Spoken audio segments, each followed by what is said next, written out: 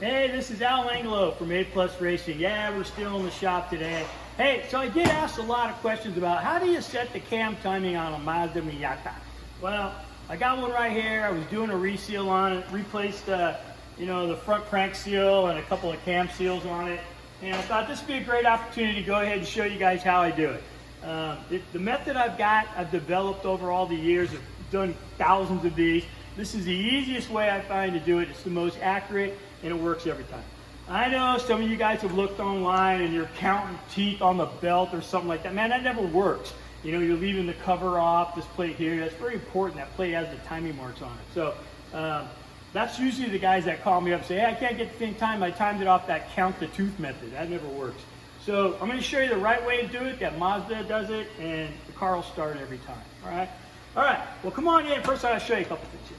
Well, one, I've got the cam gear off here, and the reason why I got it up, I want to show you that there are actually 3 different holes here that line up to this pin. And believe it or not, man, I've gone to people's houses and bought the Miata dirt cheap because they tried to do their own timing belt, couldn't get the thing started, and the whole problem was they didn't put this gear on right. I fixed it in their driveway and I drove the dang car home. You want to piss somebody off, fix it in their driveway and drive it home. So, hey, so being that this is the exhaust side of the engine, this pin needs to go to the exhaust side of this cam.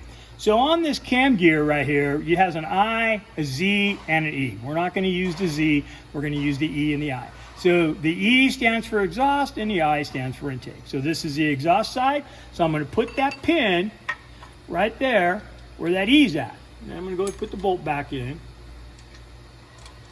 Okay, I'm going to go ahead and buzz this thing down. I'm going to torque it a little bit later, but just want you to see what I'm doing. Okay. Now, this one is set on the I, so because this is the intake side, all right, exhaust side, intake side. Okay, so next thing I do before I put the belt on is I've got a spring tensioner down here, and you can kind of see the spring is right here. All right, so first thing I'm gonna do is I'm gonna push this tensioner all the way out. So I'm gonna grab a pry bar, and I push that tensioner all the way out like that. And then I'm just going to snug it down so it stays there. That's it. Didn't take much. Okay. First timing mark is down here towards the bottom. So if you notice that there is a notch right here in this gear, and there's a little V right here molded into the oil pump. Also, you can see that this pin is straight up. So this is putting the engine top dead center on number 1 piston. So you got to do that. So you put this one on. All right, now we're going to move to these ones. So when you leave this cover off because you're counting teeth and stuff, you miss the marks, which are right here. See, that one says I, and this one says E. So these are actually our timing marks right here that are embedded on this cover. So if you leave this cover off, like I see you guys do, you don't have any way to set the cam timing, all right? So let me show you how I do it. Now on this cam gear, it has an I, and you can see there was an I there. There's a little line on this gear tooth right here. So that needs to line up here. And on this one, it's an E, has a little line, and there's an E right there. It needs to line up on this line right here. So I usually go counterclockwise. So here we go. Here's how I do it. All right. I'll get it put over here. You guys can see it. And I pretty much do everything with a 14mm wrench. All right.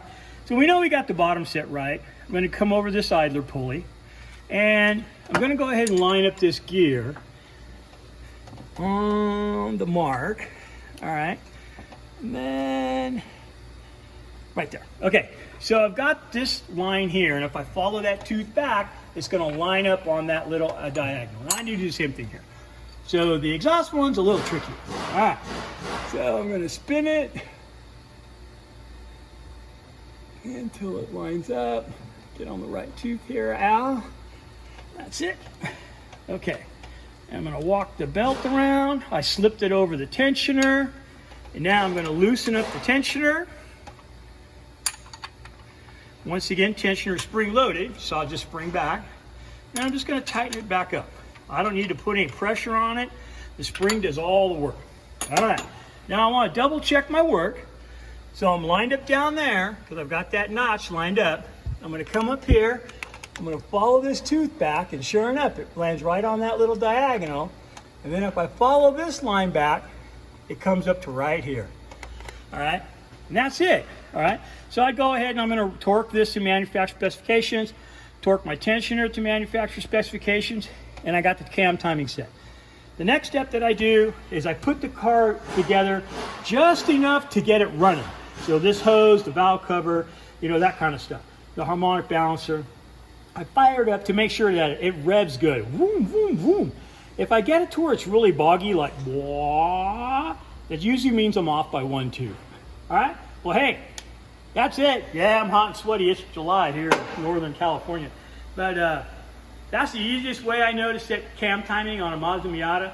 Thank you so much for viewing. Don't forget to subscribe to my channel. I'm going to be doing a lot of spec Miata racing repairs here for you to help you work on your own car. Have a great afternoon. Thank you for chiming in. Bye now.